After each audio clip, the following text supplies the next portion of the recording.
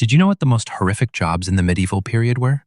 You won't believe how people survived through these jobs. Imagine living in medieval times, where your job wasn't just about earning a living, but about survival. Some jobs, like being a gong farmer, a leech collector, and even a plague pit digger, were far from comfortable. What's a gong farmer, you ask? Well, it was the job of removing human waste from latrines, cesspits, and privies, with relatively high pay, but also with the constant risk of disease and death. And if that wasn't bad enough, picture being a leech collector, wading through bogs just to become food for leeches. But wait, this is just the beginning. Now, imagine becoming someone who had to bury the victims of the Black Death. This job wasn't just filthy, it was also full of dread. Every day was a gamble for your own life. Then there were jobs as dangerous and bizarre as being a lime burner, someone who spent their days near a kiln burning limestone at incredibly high temperatures to make quicklime, which was used for building walls and, sometimes, burials. What if all that exposure led to you being slowly burned from the inside out by your very profession? Now, think about the job of a groom of the stool at the royal court. Yes, you read that right. Your full-time royal duty was assisting the monarch during their most private moments on their golden-lined portable toilet. And you had to help with the cleaning as well. But don't be mistaken. This job wielded great influence at court. You had access to the king like no one else. And this unusual job could even shape the kingdom's politics. But this wasn't just about dirty and dangerous jobs. It was about surviving in a chaotic world.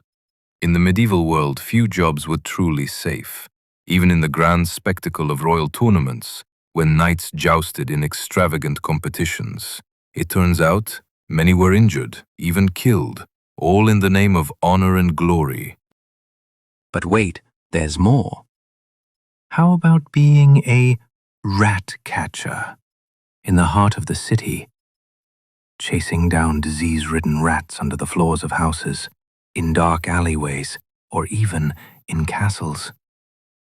These weren't just regular rats either. These were plague-infested creatures that would bite and spread illness to anyone in their way. The rat catchers weren't exactly the heroes of their day, but without them, cities would have been overrun by rodents. The work was dangerous, disgusting, and often led to the workers contracting illnesses, but it paid just enough to survive. Let's say you've had enough of dealing with waste and vermin. You want a job that's drier, a bit more classy, but just as dangerous. Well, now you're a resurrectionist. What's that? You dig up fresh graves to sell the bodies to medical schools for dissection. A very profitable business if you didn't mind the occasional brush with the law.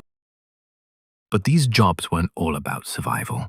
Some were about the sheer danger and chaos of the era. Consider the life of a quarryman. Your job is to literally fight the rocks. Chisel away at giant slabs of stone with basic tools, while the rock tends to win.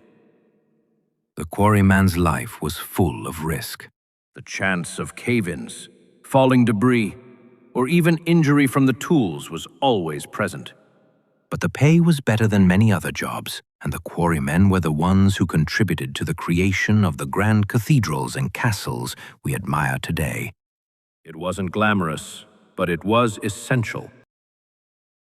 And then there were the blacksmiths, the medieval town's human furnaces. What did they do?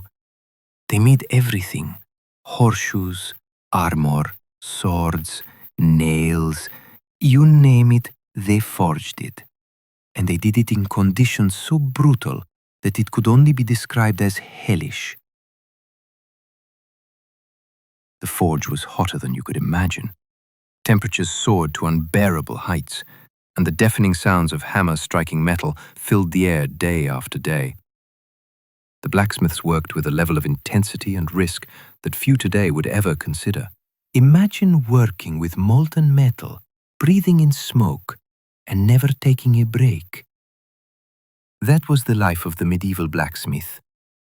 And even worse, if you made a mistake, it wasn't just your reputation on the line, it was your very livelihood. But let's not forget the more unusual jobs of the period, such as the whipping boy, a job that no child would ever want, being the one to take the punishment for a royal child. That's right. Whenever the prince misbehaved, the whipping boy was the one who took the lashes in his place. Imagine being the one who had to bear the royal child's punishment, all in the hopes that the prince would feel guilty and mend his ways. You had to endure all the pain while the prince watched, probably enjoying his snacks. No rewards, just pain. And then there were the pilgrims. The medieval pilgrimage wasn't just a religious journey, it was an endurance test. Picture this. You're walking barefoot across hundreds of miles, braving rain, snow, wild animals and more, all in the name of spiritual redemption. Pilgrims faced bandits, treacherous terrain and illnesses along their routes, but many persisted. Their pilgrimage wasn't just a path to salvation, but a test of their physical and spiritual endurance. Some of these pilgrims didn't even walk the journey. They took shortcuts, faking the journey, buying badges that claimed they'd walked the entire route, while actually enjoying a comfortable ride on horseback.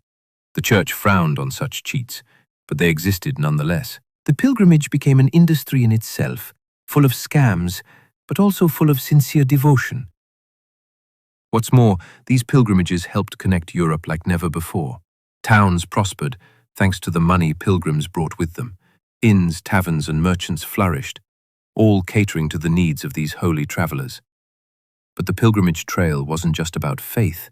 It became a marketplace where pilgrims spent coins and bought relics that could grant them divine favor.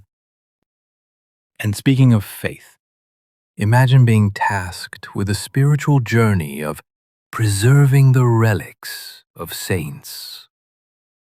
You were entrusted with the bones, teeth, or even the clothes of holy men and women, kept in ornate containers and paraded around towns to draw pilgrims and money. It was a job that involved great responsibility, but it also came with its own risks. The desire for these relics led to deception, and thieves would even steal them to sell for profit. Back to those grand spectacles, let's not forget the tournaments. Knights, adorned in elaborate armor, competed in jousting events that were as much about politics as they were about combat. Knights trained endlessly for these tournaments, not just for honor, but to win the favor of a lady, a lord, or even a potential marriage alliance. The tournament was a stage for these warriors to display their valor and strength, but behind the pageantry was a brutal display of violence, with injuries and bruises to match. And the stakes were high. Jousting was dangerous. You could break your bones, or worse, be impaled. But a successful joust meant wealth, fame, and sometimes even land. It was the ultimate gamble for a knight. But let's not romanticize it too much. Behind the grand tournaments were affairs, secrets, and scandals. Knights often had rivalries, and these battles weren't just about winning, but about gaining the upper hand in the social hierarchy. The tournaments were political theatre at its finest, and for knights, it was more than just winning the tournament. It was about maintaining or advancing their status in a world obsessed with reputation. And then there were the squires, the young boys who served knights. They were responsible for everything, from carrying armor to tending to horses. Their duties were endless and tiring, but a good squire could make the difference between a knight's victory or failure. Throughout these brutal jobs, one thing remained clear. Medieval society was a place where survival was an art, and every job, no matter how gruesome, had its role in the greater picture. It wasn't just about working, it was about surviving, thriving, and sometimes even becoming legends. So, do you think you're ready to take on the medieval world, to walk in the shoes of these workers, warriors, and pilgrims? Their lives weren't easy, but they were unforgettable. Stay tuned and discover the stories of those who lived, fought, and died in the most unforgiving era of history.